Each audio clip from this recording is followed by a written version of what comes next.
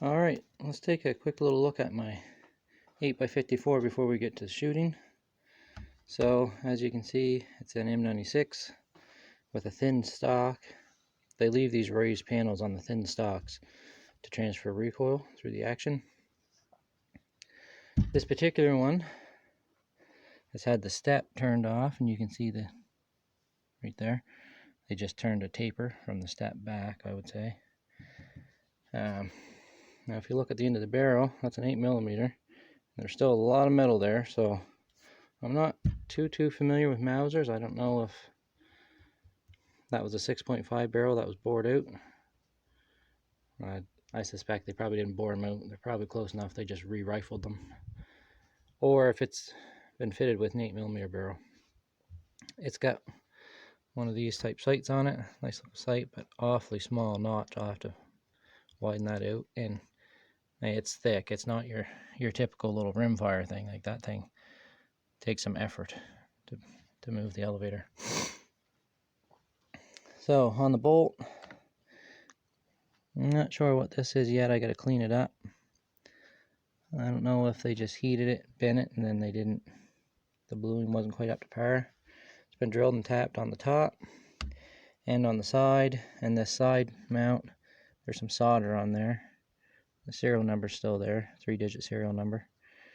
I'm going to clean that up. Normally Trade X is pretty good with their descriptions. It's got side safety. This is why I bought this one. And they did mention a couple cracks on the tang, which is not a big deal. But one of them goes all the way down through here. And it travels down to about here. So I might have to try and fix that or get another stock. The stock is really skinny. I'm not a big fan of real skinny stocks. But anyway, I got a target set out there at 25 meters. Now for ammunition today, I have, I'm not firing that in it. There's one piece of 6.555 brass that's been necked up, and the rest of it is 8mm. 7 Spear 170 grain hot cores, 2 pulled 8mm round nose from some old ammunition I had left over. Those are Hornady's, and 1 flat nose pulled bullet out of a 32 special. I'm going to start with that one just because it's should give us the lowest pressure. These are 6.555 stripper clips, and I'm going to show you why stripper clips on a rimless case are so much better than the rimmed case. It's no wonder Germans were able to outshoot you. Not you, but people in general. I don't have a tripod with me here today, so just gonna fidget around with this a little bit. That should do her. Put my ears on. Now, this converted 8mm brass was actually converted from 270 and 30-06. So now, you know, when you're doing the Mosin or the infield, you gotta, you know, hold up on the bullet and push down here, and, you know, stand on one foot and all that. How easy was that, right? I put it in upside down. The flat nose is on the bottom. So.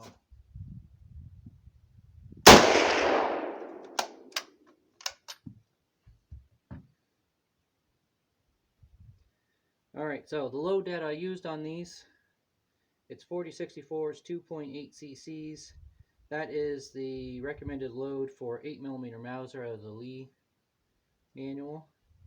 And I'm going to fire a few more, but there's no swelling on the base.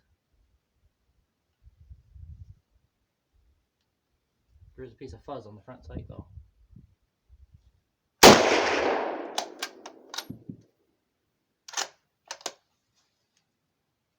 Now the round nose.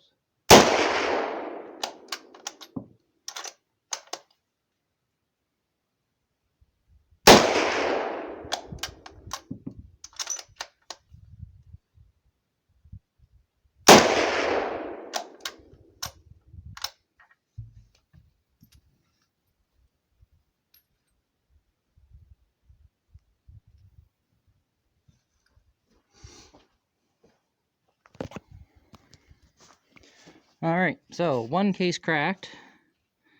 Not a huge loss. That's a 270.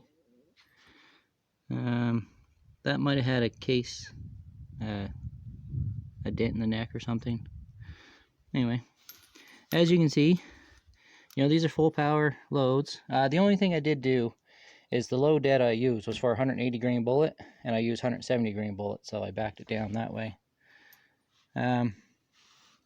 Yeah, absolutely no swelling on the bases at all. Maybe on that one there you can see just, you can't feel it, you might be able to see it in the camera. But that's what you would expect on any case, regardless of whether it was,